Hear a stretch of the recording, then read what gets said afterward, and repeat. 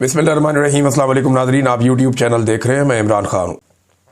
देखिए, टाउट ये खबरें फैलाते रहते हैं कि खैबर पख्तूनख्वा को झटका लगने लगा है, तो इमरान खान को झटका लगने लगा, तो पाकिस्तानी कौम को झटका लगने लगा है। झटका तो एक्चुअली पाकिस्तानी कौम को ही लग रहा है। कौम वोट डालती है, इधर एस्टेब्लिशमेंट करती है, वो इनको इक़्तिदार में ले आती है।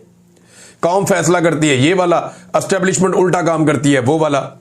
अवाम से ही तनख्वाहें लेते हैं, यानी जिस थाली में खाते हैं उसी में छेद करते हैं। और एक दिन इनके साथ यही होगा कि अवाम इनके गले पड़ जाएगी। ये होगा, हम होता हुआ देखेंगे। मेरा ये ईमान है, मुझे इस बात का पता है, और ये सब लोग जानते हैं कि ये होना है। ये सिर्फ इस होने को टाल सकते हैं, लंबा कर सकते हैं, इसमें ताखीर ला सकते हैं, लेकिन इसको रोक नहीं सकते। अवाम ने इनके गले पड़ना ही पड़ना है एस्टेब्लिशमेंट के। ये आज नहीं तो कल होगा। अवाम ने जो पहली वार्निंग जारी की है वो 8 फरवरी 2024 को जारी कर दी है, और एस्टेब्लिशमेंट के माथे के ऊपर अवाम ने लिख दिया है पक्की स्याही के साथ शिकस्त। तो ये अवाम की जानिब से पहली वार्निंग थी। एक आधी और वार्निंग देके अवाम इनके गले पड़ जाएगी, ये अब दिखाई दे रहा है। और दूसरी जानिब इनके मुंह को खून लग गया है, यानी रियासती इदारों के मुंह को खून लग चुका है। मीना खान अफरीदी ने जो बात की, देखें, वो टाउट ने कहा जी झटका लगेगा खैबर पख्तूनख्वा को। उल्टा खैबर पख्तूनख्वा से ही एस्टेब्लिशमेंट को झटके लग रहे हैं। जब से उन्होंने झटके की बात की है, तो मेरी इत्तला के मुताबिक जिन रहनुमाओं से सुहेल अफरीदी ने बात की, उन रहनुमाओं पे शदीद दबाव है एस्टेब्लिशमेंट का कि आपने सुहेल अफरीदी की जानिब से या खैबर पख्तूनख्वा की हुकूमत की जानिब से जो स्पीकर सूबाई असम्बली जरगे के लिए कॉल करेंगे, आपने उसमें नहीं जाना। मैं आपको फिर बता देता हूं कि मिलिट्री एस्टेब्लिशमेंट दबाव डाल रही है। फजलुर रहमान था, एमल वली खान था, बाकी लोग थे जो अपोजिशन के, सराजुल हक वगैरह, जिनसे राब्ता किया गया। इन लोगों पे दबाव डाला गया मिलिट्री एस्टेब्लिशमेंट की जानिब से इनकी पार्टियों पर और इन लोगों पर कि आपने कोऑपरेट नहीं करना। अगर नुमाइंदगी करनी है तो गोलमोल किस्म की करनी है, आपने इस जरगे को कामयाब नहीं होने देना। यह कोशिश की जाएगी, क्योंकि यह जरगा एस्टेब्लिशमेंट के लिए बड़ी मुसीबत बन जाएगा। यह एस्टेब्लिशमेंट के लिए एक बहुत बड़ा झटका है। एक झटका इन्होंने और दिया। इन्होंने कहा जी रेडियो पाकिस्तान की इमारत को जो आग लगी थी उसके ऊपर ये कह रहे हैं जी कमीशन बना रहे, और जो सीसीटीवी फुटेज चुराई गई थी उसके ऊपर भी वो कह रहे हैं कमीशन बना रहे हैं। इससे पहले खैबर पख्तूनख्वा की हुकूमत ने हाई कोर्ट को लिखा था, लेकिन उसके ऊपर कमीशन बना नहीं।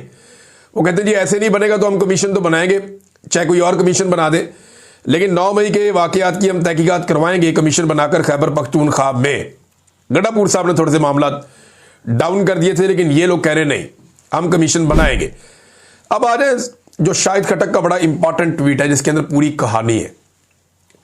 चंद लफ्जों में उन्होंने बता दिया जनाब कि उनका मूड क्या है और उन लोगों के साथ हो क्या रहा है। शाहिद खटक कहते हैं कि जी आप हमें 3 साल से पीछे धकेल रहे हैं और हम पीछे हट रहे हैं, लेकिन अब हमारी पीठ दीवार के साथ लग चुकी है। और जब किसी की पीठ दीवार के साथ लग जाती है ना, तो वो या अपने मुखालिफ के पांव में गिरता है या वो गिरेबान में हाथ डालता है। और आपको पता है कि हम कौन लोग हैं और किन की औलादें हैं। हम पांव में नहीं गिर सकते, गिरेबान में हाथ डालेंगे। ये जनाब शाहिद खटक साहब का जो है वो ट्वीट है, और इसके नीचे उन्होंने लिखा कि ताकतें तुम्हारी हैं और खुदा हमारा है। ये एक बड़ा मशहूर शेर है जो उन्होंने नीचे लिखा कि ताकतें तुम्हारी हैं और खुदा हमारा है। तो शाहिद खटक साहब ने बता दिया कि बहुत दीवार के साथ लगा दिया हमें। अब यहां से 2 ऑप्शन होते हैं, या तो हम आपके पैरों में गिर जाएं, कंप्रोमाइज कर लें, या आपका गिरेबान पकड़ लें। इमरान खान साहब के साथ भी यही किया गया। इमरान खान को इतना दीवार के साथ लगाया गया कि इमरान खान साहब ने एस्टेब्लिशमेंट का गिरेबान पकड़ा हुआ है, और एस्टेब्लिशमेंट अपने सारे टाउटों को साथ में लाके पूरी कोशिश करके आलमी सपोर्ट लेकर भी इमरान खान के हाथ से अपना गिरेबान नहीं छुड़वा पा रही। और पाकिस्तानी अवाम ने भी एस्टेब्लिशमेंट को दबोचा हुआ है। अब कभी वो आईनी तरमीम करते हैं, कभी वो कुछ और करते हैं, कभी खून बहा देते हैं, लोगों का कत्लेआम करते हैं, चादर और चारदीवारी का तकद्दुस पामाल करते हैं, लीडर को जेल में डालकर 2.25 साल तक ना उसकी तस्वीर बाहर आने दी, ना उसकी वीडियो ना ऑडियो बाहर आने दी। ये इस एस्टेब्लिशमेंट ने किया पाकिस्तानी अवाम के साथ। लेकिन ये खुद बहुत बुरी तरह फंस गई है, बहुत बुरी तरह जकड़ी गई है। तो ये शाहिद खटक का पैगाम है ना, ये बड़ा क्लैरिटी लेकर आ रहा है।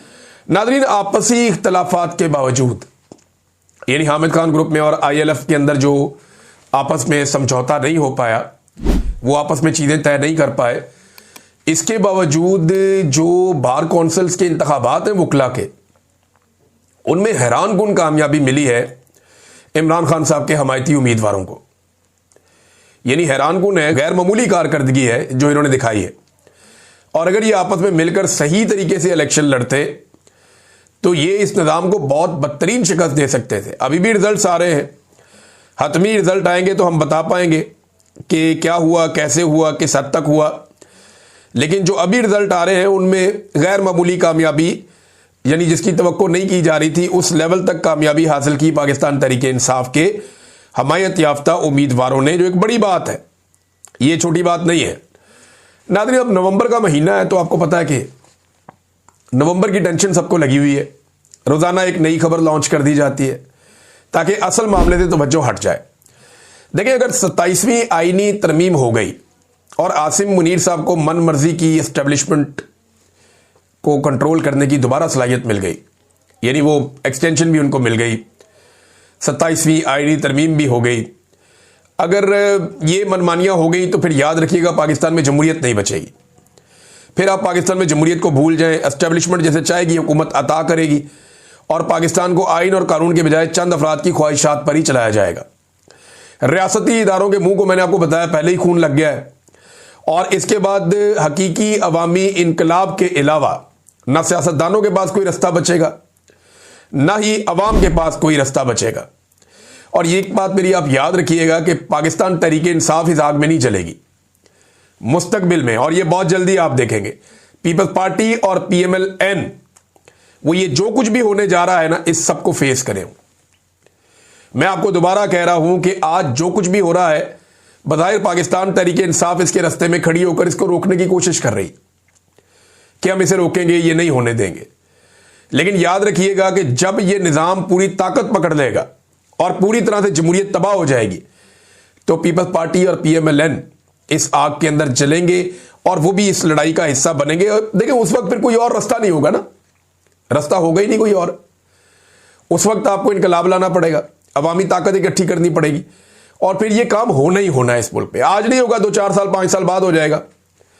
हो सकता है कि उस वक्त यही सिस्टम मौजूद हो एस्टेब्लिशमेंट का, हो सकता है सिस्टम तब्दील हो गया हो। इससे बचना है तो इसका एक ही तरीका है कि अवामी मैंडेट का एहतराम करते हुए पाकिस्तान में इंसानी हकूक की जो पामालियां उनको बंद किया जाए, ह्यूमन राइट्स जो हैं उनकी वायलेशंस बंद की जाए, आज़ादी इज़हार राय दिया जाए, अदलिया को आज़ादी दी जाए। तो ये सारी चीज़ें अगर पाकिस्तान में की जाए, रूल ऑफ लॉ हो जाए, तो फिर शायद इससे बचा जा सकता है। अदरवाइज बचने का दूसरा रास्ता कोई नहीं है। ये सारे लोग कटहरे के अंदर आएंगे और जल्दी आएंगे। अगले वीलॉग में आपको बताऊंगा। अब तक के लिए इतनी, अपना ख्याल रखिएगा, अपने चैनल का भी। अल्लाह हाफ़िज़।